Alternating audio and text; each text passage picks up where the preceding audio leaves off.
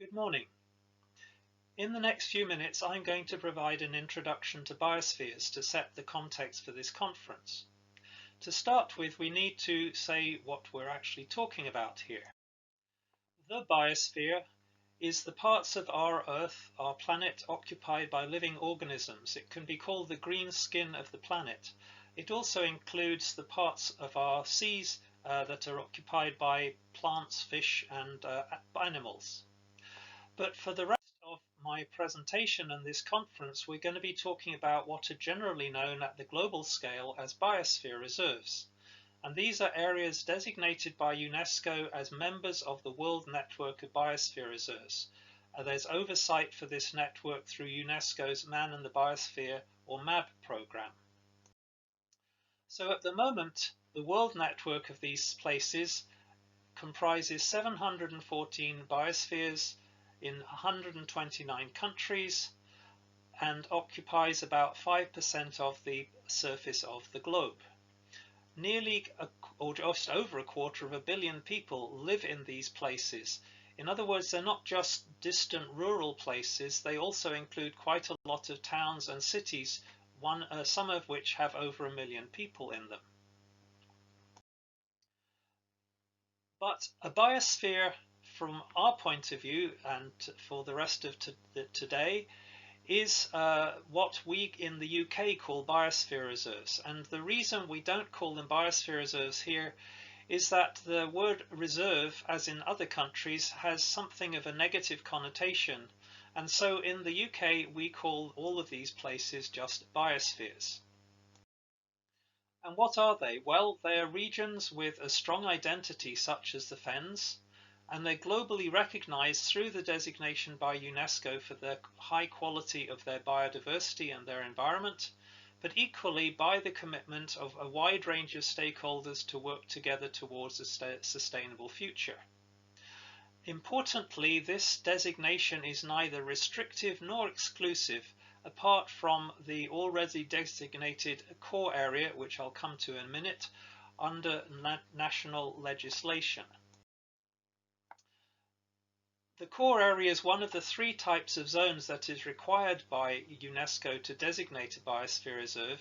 2 other critical criteria is that there is stakeholder involvement, as I mentioned earlier, and also that there's a management policy or plan for the area as a biosphere. So what are the zones of a biosphere? First, the core area is devoted to nature protection or biodiversity conservation and legally protected. In the UK, that can include sites of special scientific interest, SSSIs, or national nature reserves.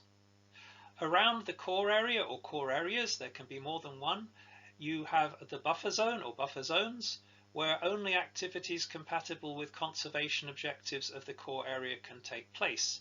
And these buffer zones have to have clearly defined boundaries.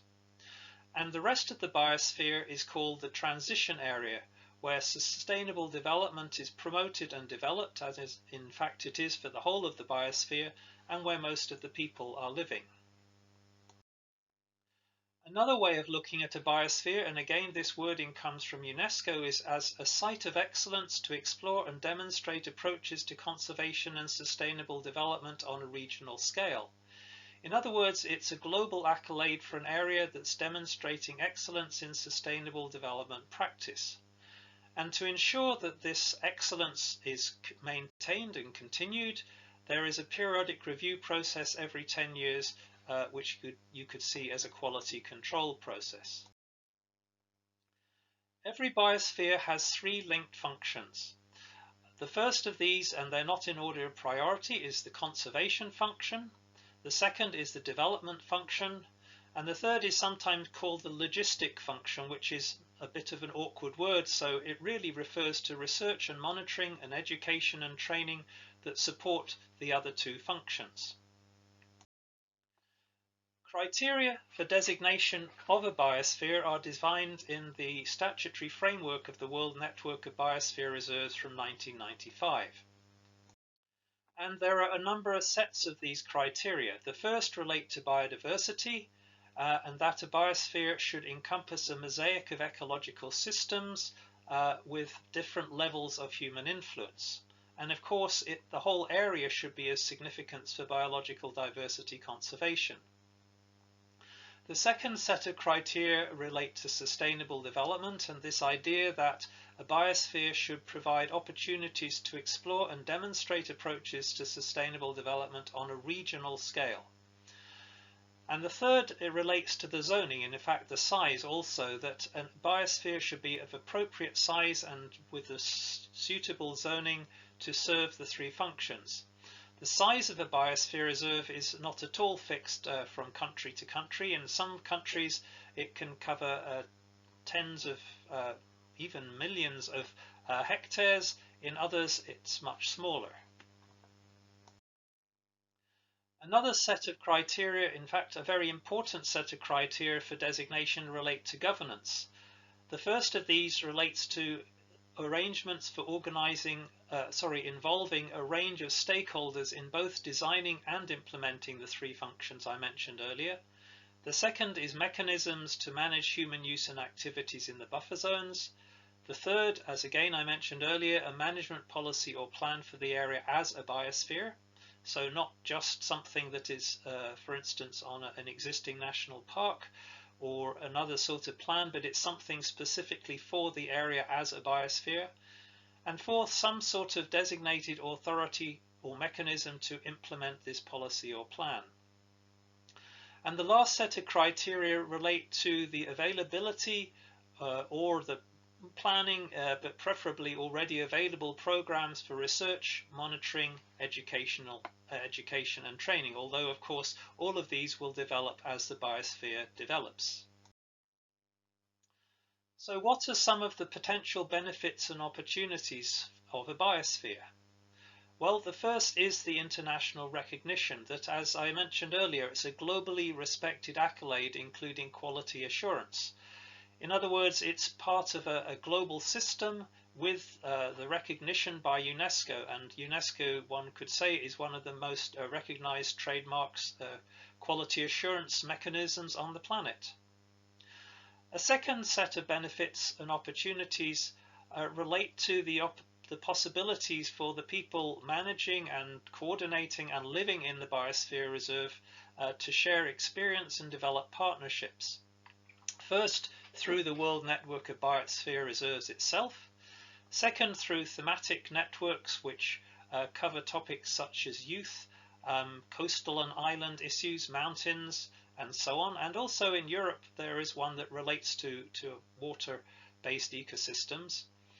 And also there are many regional networks within the MAB program, and in our part of the world it's EuroMAB, which includes 303 biosphere reserves, the national man and the biosphere committees and scientists in 40 countries, including the USA and Canada, because they are lumped with Europe by UNESCO, because you can't really have a region just with two countries.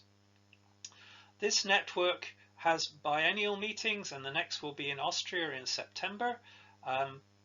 And these meetings allow people from all these different countries and biosphere reserves to meet and share experiences, discuss their interests, sometimes in thematic working groups, but also to think about what projects might take place. And quite a lot of projects have been supported between biospheres, for instance through EU funding, but also well, mainly actually with EU funding. So in the future with Brexit we have to see how that works, but I'm sure there will be possibilities for cross-border funding even after Brexit. Another set of opportunities relate to the focus on place and identity, that a biosphere is a human natural system whose characteristics can improve through the implementation of this concept. And that can lead to increasing pride in the area's natural and cultural heritage and how it's managed, and also inject or attract dynamism into local economies. And one way to do that is through marketing opportunities, for instance for sustainably produced products or sustainably managed environments. And one way to do this is through branding or charters for the biosphere, through which people or organizations, businesses sign up to the principles of sustainable development within this region, and they can use that brand on their products. Charters are where different people or companies sign up to doing things in specific ways, again agreed at the regional scale, and again they can use this in their marketing and their businesses. And another set of potential benefits and opportunities relates to bringing in funding related to the quality of the environment, the sustainability economy, and also opportunities for education, research and training. Biospheres also develop on government policies, whether it's at the international levels as the Sustainable Development Goals, or more national, for instance, rural development or environmental and nature protection. And local authorities can refer to the designation in policies for sustainable development, such as in planning. So at the moment we have 7 biospheres in the UK, and you can see them on the map on the left-hand side. Some, as you can see, are quite large. None of them are in the east of England. So we hope that in the future what is currently the Candidate Fens biosphere will in fact be designated by UNESCO. The proposal will have to be in September of one year or the next, and we look forward to the future that this will be going from this candidate status to designation by UNESCO in the future. Thank you very much.